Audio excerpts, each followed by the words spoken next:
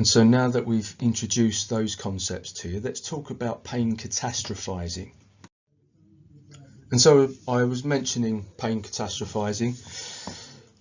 So this is from adapted from a paper by Melzack, a psychology study, and this is a theoretical concept, but so what they've done is they've used this visual tool here, the neuromatrix, to explain the mechanisms behind pain catastrophizing. So as it says on the right hand side there, conceptual diagram, the neuromatrix theory as a refinement in the gate control theory. Itself visualizes an entity like an incessant spinning sphere. So if you look at the picture on the left there, you've got your inputs, which are like your cognitive, so what you're thinking, emotion, what you're feeling, and sensory, what you're feeling physically. And these inputs go into this theoretical invisible sphere that's spinning round. So the inputs go in and they spin around and then they're spat out the other side, and that's when you get your outputs, which the sensations that you experience, which your pain, motor control, stress, emotion, all things that are affected by your experience of pain, which is informed by your cognitive, emotional and sensory inputs. According to Lung 2012, clinically, pain catastrophizing is a recognised phenomenon which is often considered within the context of depression. And then you've got these subscales on the right hand side. So you've got helplessness, rumination and magnification. Helplessness is this sense that everything's out of your control. So you find yourself repeating in your head the kind of monologues that you're running through your mind, that things like you're saying to yourself, it is terrible, I think it is never going to get any better, it is awful, and I feel that it overwhelms me, I worry all the time about whether the pain will end, and so on. Rumination is when you're just fixating on the problem. I anxiously want the pain to go away. I cannot seem to keep it out of my mind. I keep thinking about how much it hurts. And then your magnification subscale is where you're literally magnifying. You've fixated on the situation, you've magnified it, and now you've blown it out of all proportion. I become afraid that the pain will get worse. I keep thinking of other painful events. So you're doing it to yourself. You're creating these stories in your head. It's like imagine the scariest, nastiest, goriest horror film you've ever seen, and how bad that made you feel. And then it's like making yourself sit down and watch the worst scenes in that film over and over again. This is what you're doing to yourself subconsciously in your mind by ruminating and exaggerating these thoughts that you're having. Remember that stress, anxiety, these are all it's living in the feeling of your thought. You can't change the flow of thought because you have millions of thoughts every second, but you can choose which thoughts you pay attention to. And if you're solely fixating and paying attention to those negative, self-defeating thoughts, that's only going to make matters worse for you. As you may or may not know, I'm a pretty big fan of mindfulness-based practice in many aspects of life. When you exercise, be mindful, what joints are moving, what muscles are contracting, how is your weight distribution, what is your alignment, what are you feeling as you're moving, being mindful about everything that's happening as it's happening, rather than thinking about the next thing you're going to do, or what you did yesterday, or what might go wrong. When you start inventing these stories in your head, or what if this goes wrong, what if that goes wrong? Well, it hasn't gone wrong. You're just making yourself feel bad. You're making that up. And so when you apply mindfulness to life in general, that happens less, because when you're in the moment and you're not living in the feeling of your thoughts, you realize that, unless somebody's holding a knife to your throat at this very moment in time, you're almost certainly not under any kind of threat. Any sense of threat or suffering is coming from what your thoughts are fixated on. Nothing can cause you suffering without you giving it permission to do so. And so mindfulness is one approach for helping you to manage your pain.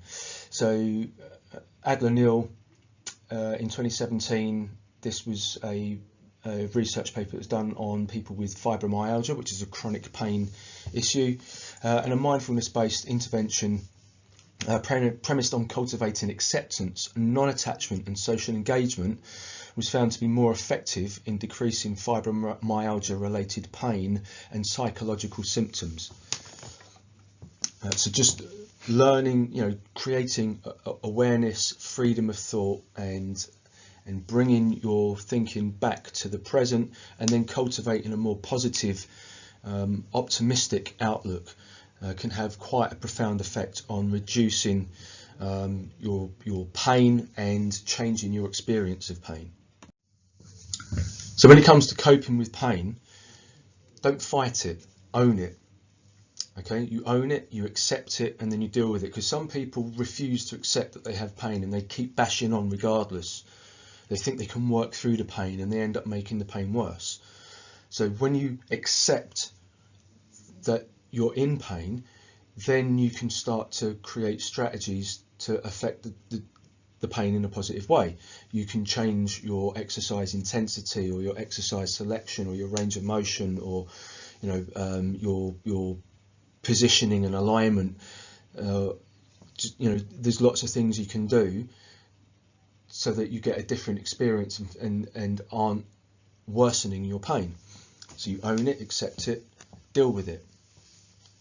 Accentuate the positive, as I've already said a couple of times. Instead of ruminating on all the bad stuff, instead of fixating and catastrophizing your pain, apply the positive. So instead of saying, "Oh, I'm in so much pain, my pain will never go away," you say, "My pain isn't that bad," or it could be a lot worse. It will get better. This will make it improve, etc. Move, because any movement at all is better than none. And I always try to encourage people to do the most that you can do without doing further harm. So rather than adopting the mindset of I have to do less or I can't do X, change the emphasis of that, make it a bit more positive, so that you're changing that dialogue. So it's I can do this, or let's see what I can do differently, or how much I can do before it becomes a problem. And that may be a lot less than you're used to doing, but you're still doing something, which is always better than doing nothing, particularly if you're somebody who's used to being fit and active and exercising. Going from 4 hours of exercise a week to none is going to have a really negative emotional effect on your moods. But if you go from 4 hours exercise a week to 2 hours exercise, for example, you're still exercising, you're just not exercising as much, but you're still doing what you like and you're still getting the benefits of that. And then applying CBT or MBSR. So I've just talked about mindfulness. CBT is cognitive behavioural therapy.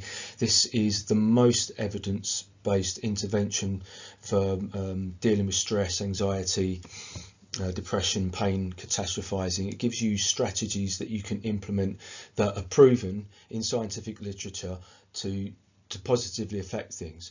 But some people are non-responders to that, as with all things. And not everyone has access to that, and so mindfulness-based practice is a good alternative for that. And it might be that if you've tried CBT and it didn't work, then mindfulness-based practice could work for you. It's something that I've used myself, and it's definitely helped me. Learning to meditate, learning to control your thoughts and your anxiety it has pretty profound effect on all aspects of your life, but it can be very good for reducing pain and changing that dialogue from a pessimistic one to a more optimistic one.